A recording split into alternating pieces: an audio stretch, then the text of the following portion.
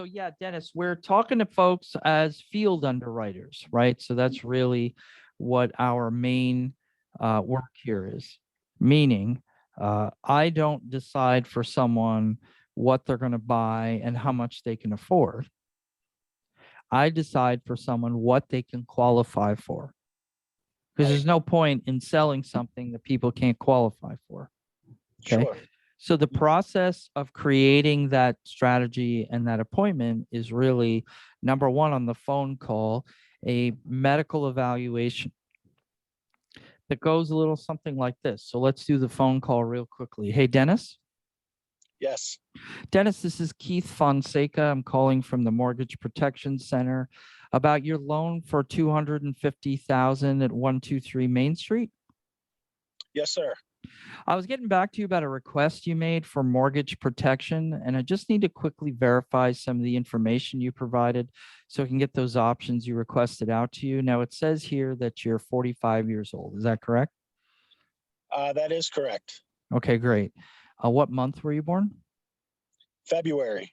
February. Okay, perfect. And it says here that you don't use tobacco in any form. Is that right? Yeah, I've never smoked. Perfect. Thank goodness. Do you plan on starting to smoke in the next year? No, not at all. Good thing. That makes my job a whole lot easier. Okay, great. Um, and so, Dennis, have you ever had anything like COPD, asthma, sleep apnea, high blood pressure, high cholesterol, diabetes, any minor medical issues we need to know about? Well, I recently was diagnosed as a type 2 diabetic. Got it. Okay. How recent? Um, like within the last 6 months. Okay. So we'll say 2021. And have you been put on any medication? Yeah, I'm on metformin. Okay. How many milligrams? How many times a day? 1,000 milligrams twice a day. Got it. Are you on any injections, any insulin, anything like that? No, Okay. When you were diagnosed, did they give you an A1C reading? they did. Do you know what that was? It was 11.3. 11.3. Okay. So you're at the beginning stages, but that is, typically higher than we want it to be. I would imagine with the meds and everything, we'll bring it down. Okay, cool. Anything else I should know about in that high blood pressure, high cholesterol, COPD, asthma, sleep apnea, anything like that? Now, as far as I know, I'm okay on all the other items. Terrific. Have you ever had a heart attack, cancer, or stroke? No, Okay, great. I'm happy to hear that. How about any hospitalizations, any surgeries, anything, say, in the last 10 years? yes, I did have a surgery almost 3 years ago. Okay, what was that for? Uh, it was for an uh, it was for an undiagnosed virus that caused my lungs and the sac around my heart to fill up with fluid. Oh my And gosh. yeah, I had to have emergency surgery to have that drained out. Got it. Has there been any follow-up since? Any more treatment on that? Now, But it was just a virus. It's gone now. that's what they told me. They said that they said that it was a virus, but they could not diagnose or tell me what kind of virus it actually was. Thank goodness. Okay. Well, I mean, I'm glad it's gone. What are you on any medications for anything else that you're taking currently, or maybe have been prescribed in the last 3 to 5 years? No, none other than metformin. Okay. Awesome. Is this your cell phone number? It is. Perfect. What's a good email address for you? It's my first and last name at gmail.com. Got it. Thank you. And okay. Now on the information I have here, it says that the amount of mortgage is 250,000. Is it the same or has it changed? It's pretty close to that. Okay. How close? Is it like Uh, spot on or is it 249 or and it's probably 245. 245? Okay, cool. Oh, you got some down. That's great. And what's the term on that mortgage? Is it 15, 20, or 30-year term? 15 years. 15 years, terrific. What would you say is the monthly mortgage payment average around? 1,700. 1,700. Great. Are you overpaying that, Dennis? Do you give them 1,700 a month or do you pay extra? No, I'm not. I'm just paying the minimum required. Okay, perfect. What's the interest rate? 4%. 4%. Got it. Thank you. And those darn interest rates have been going up and down. What do you do for work? I I sell final expense insurance. Great. So then you know what ballpark I'm playing in here. That's awesome. Thank you. Okay. Do you currently have any life insurance in place? Yes, I do. I have a term policy that will expire in 3 years for 500,000. And how much a month is that? It's really cheap. It comes out to about $47 a month. Okay. What's the plan beyond the 3 years? Honestly, I would like to, and this is in real life too. I'm able to extend the policy without a medical exam, but because of my age, it's going to be significantly higher. And I don't know what that number is, but if the affordability is there, I would like to extend that policy. Or if you can give me a policy that fits my needs at the same rate, I would be happy to hear it. Yeah, we can look at that. It's called replacement. I doubt it'd be the same rate since you got it many years ago, but I also doubt it'll be more expensive than what you run into 3 years from now. And again, I'm the field underwriter, so my job is not to, figure out costs. It's really to look at what you qualify for and give you options that make sense. And then, you pick the best one that suits your needs. So we can take a look at all the options. Now, do any of those policies come with living benefits? That's where if you were have a heart attack, cancer, or stroke, a lump sum of money would be paid out to cover the monthly mortgage or allow you to do experimental treatment, travel to a faraway hospital. So do you have any living benefits in place? I do not.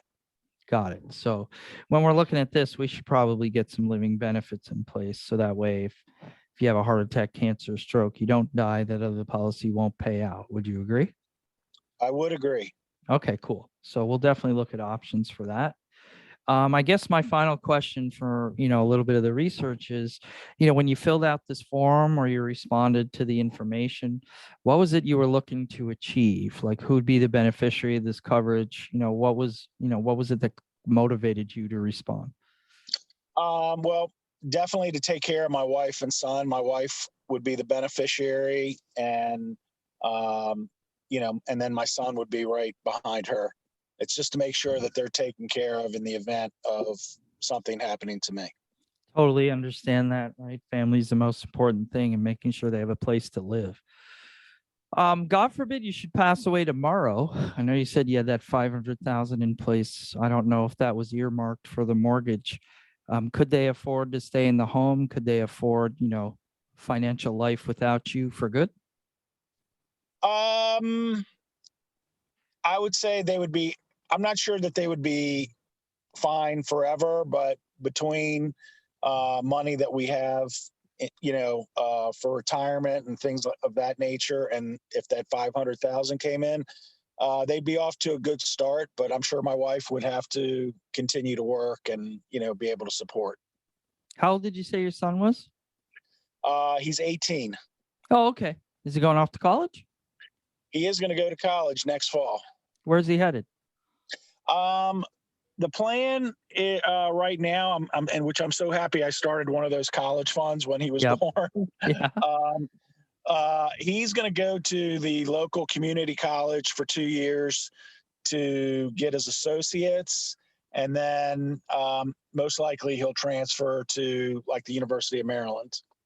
That's super smart. I worked in higher ed for over 15 years. It's a great way to get the gen eds knocked out and then go and specialize, make that decision when he's 20, not when he's 18. Exactly. I'm with that plan. Love it. Yep. Love it. Yep. Okay.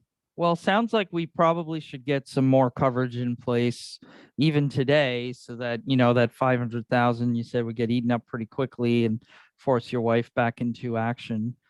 So if we can find some coverage that makes sense, you can afford, you feel good about, and you qualify for, we should probably get some of that in place. Would you agree? Yeah, yeah. I'd like to hear what you have to offer. Okay.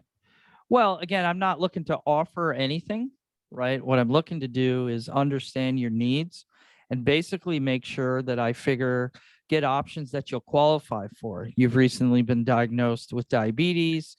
You're in that age range in the 40s, which makes it tough for some carriers that will allow and not allow, and your A1C was fairly high. So we've got some work ahead of us, at least for me, to find something you'll qualify for. My goal is to get coverage in place immediately so that, God forbid, something happened to you later this week. Um, you were covered and your family was protected. Is that your goal? Yes. Okay, good, good. So we're on the same page. Well, here's what's going to happen now. I'm going to go and search through 40 different carriers to find you the best coverage at the best price. They require a couple of things of me. One is to make sure that you're you and I'm not delivering your information to someone who isn't you. And I bet you don't want that either. And secondly, that you're not rolling around in a wheelchair, dragging a tank of oxygen and telling me that you're healthy. Right. Right. So usually it takes about 15 to 20 minutes to go over your options. And then you select one that makes the most sense in about 15 to 20 minutes to fill out the application. The way we do that is we meet on Zoom. We'll talk about your goals. We'll go back over your medicals. I'll do a quick financial overview because most people need less insurance than they think they need. And then again, I'll present you options that you qualify for. I believe so. You'll pick the one that makes the most sense to you, that covers your family, that you can afford. And then we'll fill out an application for coverage right there in the appointment. Does that sound like a good plan to you? Yes, it sure does. Okay, great. Now they have me meeting with folks later today or tomorrow. Which one works better for you and your wife, later today or tomorrow? I would prefer tomorrow. Okay. Is that going to work for her? Do you feel like she'll be available tomorrow as well? She will be, yes. Okay. Let me look at my calendar here. Dennis, I have a 5 o'clock. What did you say your wife's name was? I'm sorry. Her name is Monica. Monica. I have a 5 o'clock or a 7 o'clock. Which one works best for you and Monica?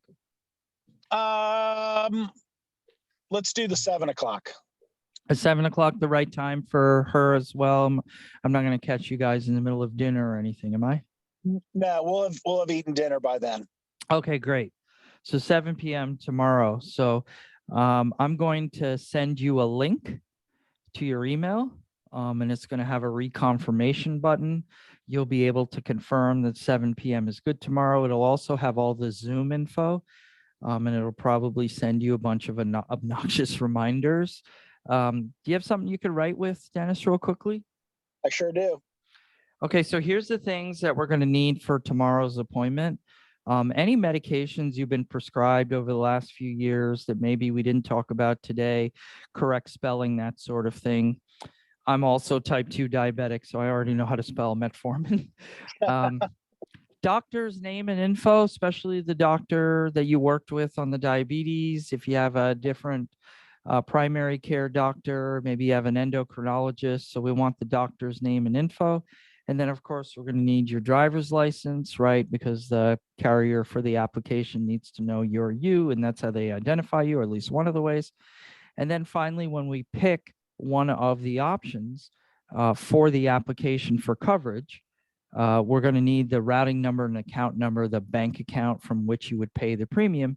But that's only when you pick an option that makes sense to you. Do all those make sense, those four things? Do I have to give you my banking information? Well, I'm not sure I'm comfortable doing that over a computer. Yeah, I totally understand. Right now, these days, the only way we are allowed to do it is over computer, right? Stuff gets hacked in the mail and whatnot. And the last thing I want to do is write down your personal info. So when we meet to put the application for coverage, we're going to be working inside of a secure network that belongs to a $45 billion insurance carrier. And that's how they do the application to know that you're serious about this coverage. They're going to spend some money and some time doing their processing to be able to approve you, hopefully on the spot, right? It might take 5 to 7 business days for them to look through it, but our goal here is to get you temporarily covered on the spot, meaning like as they're doing their processing, God forbid something happens to you, your family's immediately covered. So again, my goal is for you to leave our appointment with coverage. And the one way to do that is to be able to give them all the information they need. That's one of the pieces they require. Does that make sense? Yeah, it does. Okay. Okay. So as long as we're good with those 4 things, this should be pretty simple.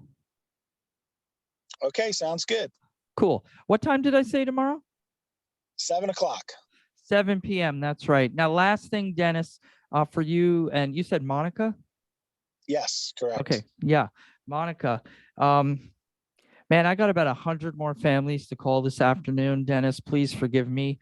Is there any reason you can think of that you and Monica wouldn't be able to make it tomorrow? And I only say that it's, a lot of folks, they, feel like it's a good time and then, they forget they have stuff.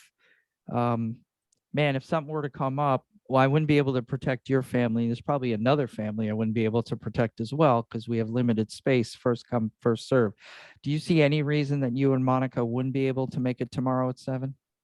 Only unless I had one of those heart attacks you were talking about. Oh, goodness gracious. Please do not do that. Okay, so then I'll plan on seeing you guys tomorrow at 7. Please forgive me for all the obnoxious reminders. I bet you're someone who doesn't really need them. You're definitely going to be there, right? I definitely will. Awesome. Thank you so much, Dennis, and we'll see you tomorrow at 7 p.m. All right. Thank you. Look forward to it. Okay, so let's real quickly, we're a little bit over. I had a few extra minutes, but you're in this business. So hopefully that might have been a little bit of opportunity for some coaching, training, whatever you can take away from it. You know how many times I just asked you, are you buying? At least 3. At least 3. Yeah. Yeah. I took every bit of medical information I need because what I want to have is a good understanding of who you'll qualify and who you won't. I got you. What I got is all the financial info so I can match whatever policy to the financial info. And at least for Keith, because I do some other things where people are overpaying, they're overpaying to the bank and the bank is making tomfoolery of that money where you could leverage that money in terms of cash value. So that's same thing with the interest rate. I've had folks say, okay, I want this, but then I show them, hey, if you're overpaying or you got extra money and you put it in the insurance policy, I could take that 15-year loan and pay it off in 10 years. Wouldn't that be great? Then you only need this for 10 years. And like, oh my God. And then you get bigger, premiums and things. And so we're serving people better. I got you. I told you the 4 things I was going to need for an application, including the banking info. I'm glad you pushed back on the banking info. People get afraid to talk about the banking info and why, but you could hear in my tone, I've done this so many times, that if you're not willing to do the banking info, you're probably not interested in getting coverage. I see. I got you. And some people say, don't use that in the appointment, earn the trust and ask for it. It's one or the other. The biggest piece for me was when you said, I want to see what you have to offer. And I pushed back on you. I'm not here to offer anything. I'm here to respond to your need. If you don't need coverage and you don't want to get some in place, that's okay. I'm going to keep dialing for other people that do. I see. So in your experience of selling final expense, when you show up for that appointment tomorrow, are we writing an application for coverage? I don't know. That's a hard question to answer. I get a lot of goofy phone calls. It's hard to answer. I'm not sure. I'm glad you said that and didn't just say yes to placate me, right? The truth is, might not. Right. I just feel like we're on the needle with how many times I told you we're applying, how many times I got you to agree, yes, I need some coverage. Living benefits was the value prop, right? Right now, if you don't die, you have a heart attack, you can't work, well, that 500K isn't paying out. What are you going to do? I don't know. We got nothing. Well, then we should probably put some living benefits in place. Wouldn't you agree? You're like, yeah. Yeah. I totally see it. I mean, I like the style. I'm not going to, I like the professionalism. I really do like it. And I can see myself doing it.